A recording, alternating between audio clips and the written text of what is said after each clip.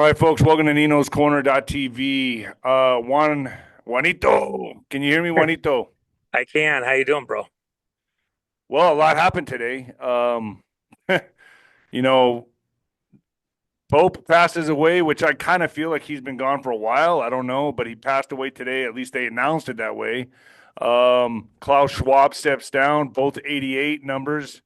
Pope being 88 years old, Klaus Schwab gonna be 88th year, and they said this in the article. Is stepping down in his 88th year, and the Pope dies at 88. Any significance there, Juanito?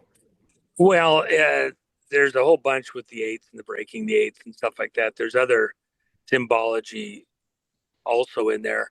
The one thing I think people have to kind of hear on this, Klaus Schwab stepped down yesterday, made that announcement yesterday.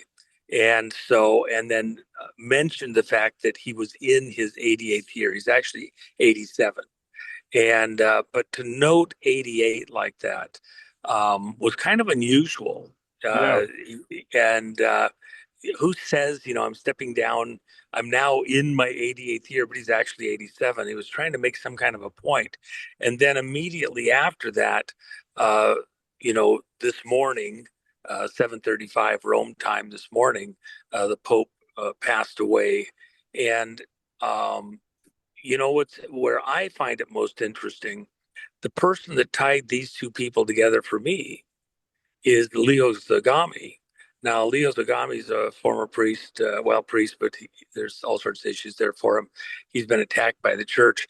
I think if anybody has the best handle on this and the tie to this international conspiracy that goes all the way into the church, I don't know of anyone else who has a better handle on it than 𝗬𝗂𝗍𝗍𝗶𝗃. And I'd suggest if you are able to get him on for an interview, or if there's other interviews out there of him in this context, everybody should go take a listen. I certainly think he's as on it as anybody out there, and he gets the tie between this Masonic cabal, the globalists out of Central Europe and the Davos crowd, the church, and a handful of other related, um, families that are working together for this global control, including the Jesuits. And, I'm not Catholic myself. I understand I have many priests that are very close friends, beautiful. These are true believers, great, great folks. But within the Catholic Church, there's a captured operation and targeted even within the leadership of the Catholic Church and the Protestant Church. They're very controlled by these cliques that have invaded and taken control of these religious operations or centers. So, And so to there me, is no that's one of the coincidence. things There, that, there is no coincidence with the World Economic Forum announcing Klaus Schwab stepping down, and the Pope passing away from well, the Catholic Church, the Vatican. Those are the two let institutions me that are add one highly thing. controlled by the cabal. Correct? Yeah, well, even look at President Trump. Yesterday, he delivered an Easter message, and it was really a shot across the bow for many of these cabals that were, having some kind of a engagement with, from a leadership standpoint within the government of the United States and what President Trump is doing. On that picture, you have the bunny rabbit, which has nothing to do with Christianity or the faith. It's Easter Day. That's the fertility uh, rituals and Ishtar, the goddess. Jennifer and I did a show years ago, 𝗬𝗓𝗍𝗻𝗄, because the church is celebrating Easter based on moon cycles, not the Passovers, which is the basis of Christ's death and resurrection in the Old Testament. The Passover with the putting the blood on the doorposts and lintel, and eating of the lamb in haste because they had to hurry and leave that next day. But the Easter is it's celebrated, merchandised in the current world, with baskets and bunnies and eggs and everything else.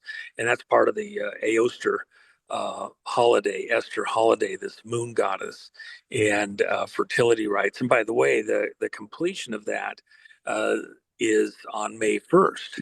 And of course, you have the dancing of the children around the maypole and the intertwining of their ribbons, the red and the white and others, but which is symbolic of the intertwining of the DNA. These are the children that survive this season of sacrifice. And by the way, That's sick. the season of 𝗬𝗏𝗶𝗹, which is what we're in, which is from approximately mid-April till the end of April, is when many happen. So, for example, anyway, there's rituals that occur on these dates in this season over and over and over and over again, and children are at the center of it. But the Pope passing in this season and the handing the baton of power is a very big deal. So, is there going to be someone who's going to be the successor? Any word on that? Well, I think again, 𝗬𝗏𝗂𝗍 has nailed it. And I have lots of friends that are priests that have talked on these subjects. So Vagano's great on this, but the one that is the best is 𝗬𝗏𝗂𝗍𝗶. He has been talking for quite some time, I think almost 10 years, that the next pope was going to be most likely from Central Africa and was going to be black. And of course, that's this movie Conclave. Hollywood's always helping with these globalist themes. That just came out, right? Yeah, it just came out. So you're telling me that the next pope is going to be not the black pope, but a black person in color pope. Well, and in fact, there's an interesting part of that. When we had, Pope Francis came into the papacy through an oddball set of circumstances where the prior pope stepped down for health reasons. So in the way that many speak about this, you had two white popes, the ones that are visible, and you had two black popes, which is the Jesuit order and the army, if you will, of the church in the way that many speak of it. And so there's this hidden power and control from the Jesuit side, but many discuss the fact that Francis really was almost a hidden Jesuit holding this position. And this is important also because a lot of the work that's been done recently in releasing some of the hidden files out of the intelligence agencies indicate there's plenty of people that are of a mind that Francis was put in power. And so this is a very oddball thing, but that's appears to be exactly what happened. I mean, this is just, to me, 𝗏𝗏𝗀𝗍 called the date. I don't know if you watch 𝗏𝗏𝗀𝗍 or anything that he does, but he did in front of my audience say that today, 4/21, would be the day that the angel of death would hit the house of the Lord. And, read it any way you want. I found it pretty significant that it happened today. So I got to give him a little bit of credit there, man. Like that's. I wouldn't give him a little. I give him a lot. A lot, a lot. Yeah. Absolutely. He's going to kick me in the nuts for that one. But yeah, definitely. And so, as this progresses, are we going to see, April and May to be pretty crazy months, Juanito? I mean, Bo has said that after some kind of marker like this, expect more to come. Regarding, could we see kind of conflict, more protests? What are we going to see here, do you think? Well, let me throw some angles. Let me throw some angles in here that very few people would notice.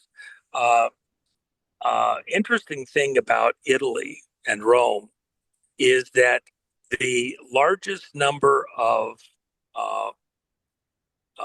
diplomats outside of Iran around the world are centered in Rome and Italy.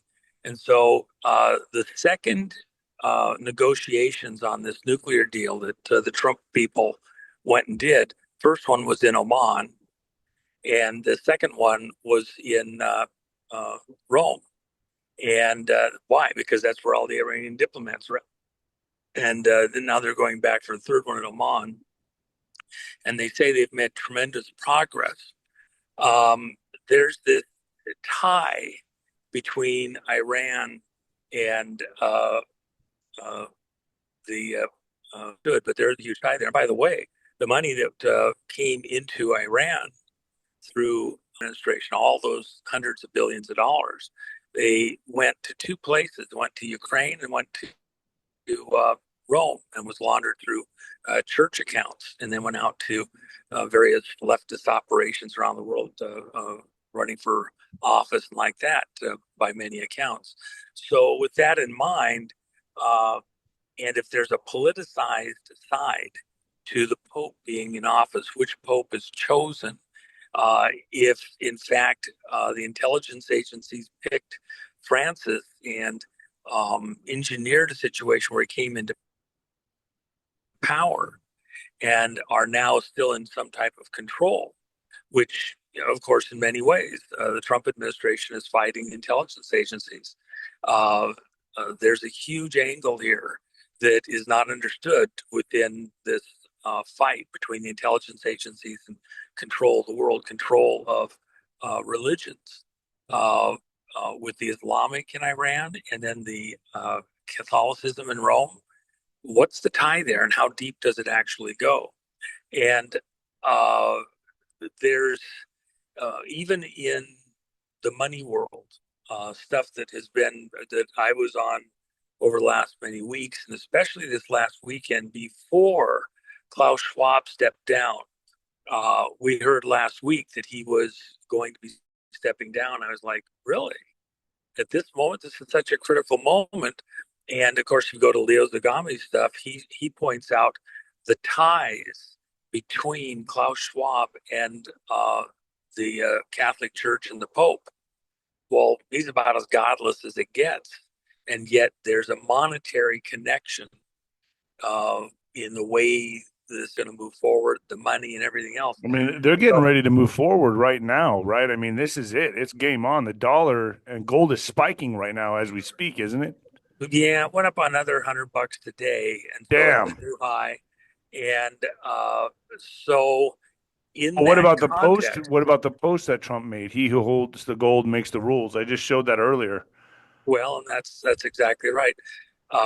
We have the ability to produce massive quantities of gold here in America, and that's what we're getting in position to do.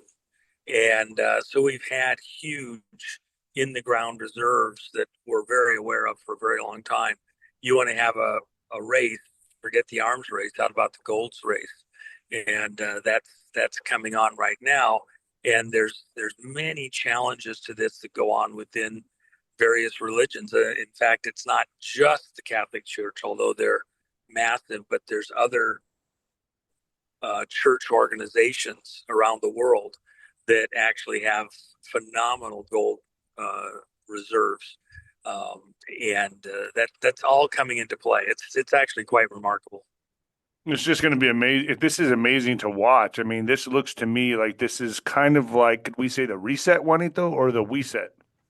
Well, it's not so much that it's a reset. So a lot of people are playing last year's game. They're looking for some repeat, some going back, and I think that's a misunderstanding of what's happening. We're moving forward. It's not so much that it's a reset. We're going to a different new norm, and it's not going backwards.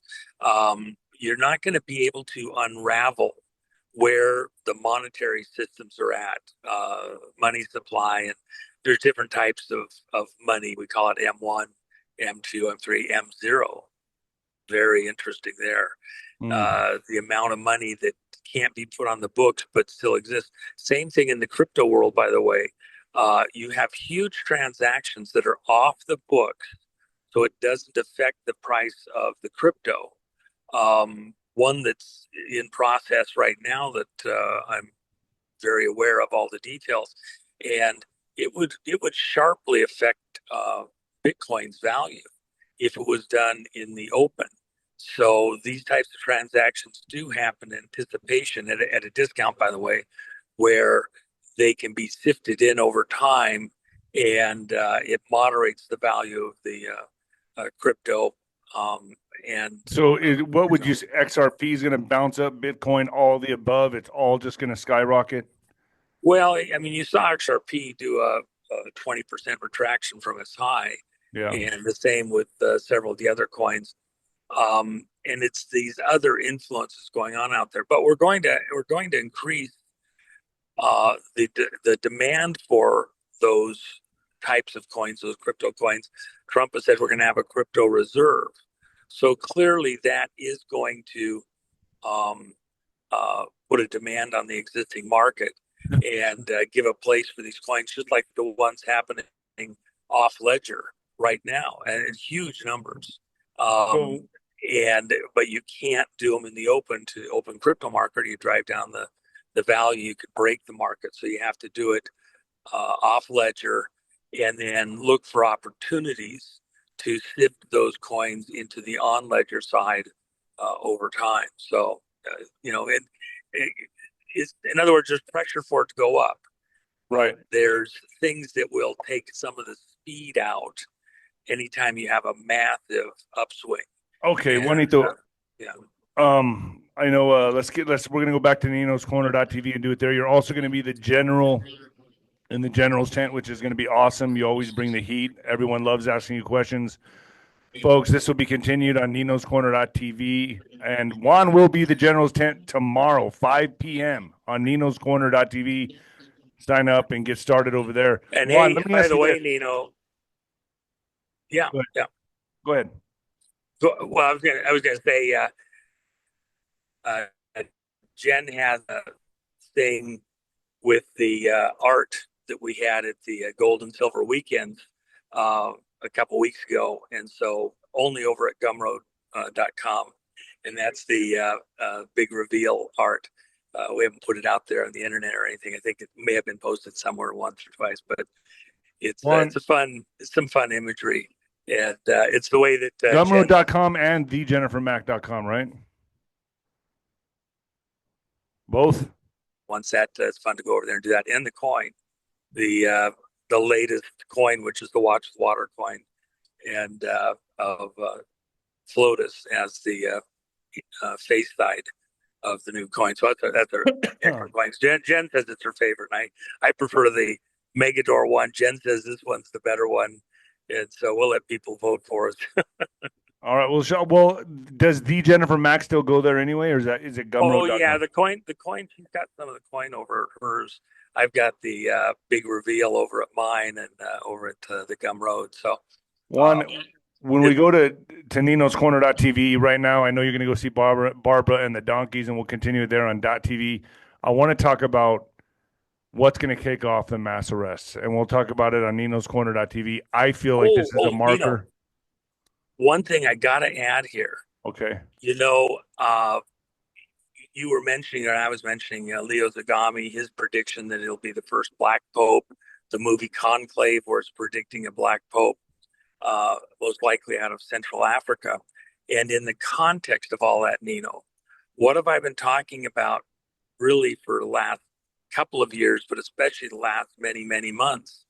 This situation in Congo and the and I rest of just saw an Central East article of Africa. Trump talking about the Congo, and I was like, I thought of you immediately. I said, Juan has been talking about this for the last few months about the Congo, and then I see an article where Trump is directly referring to the Congo minerals.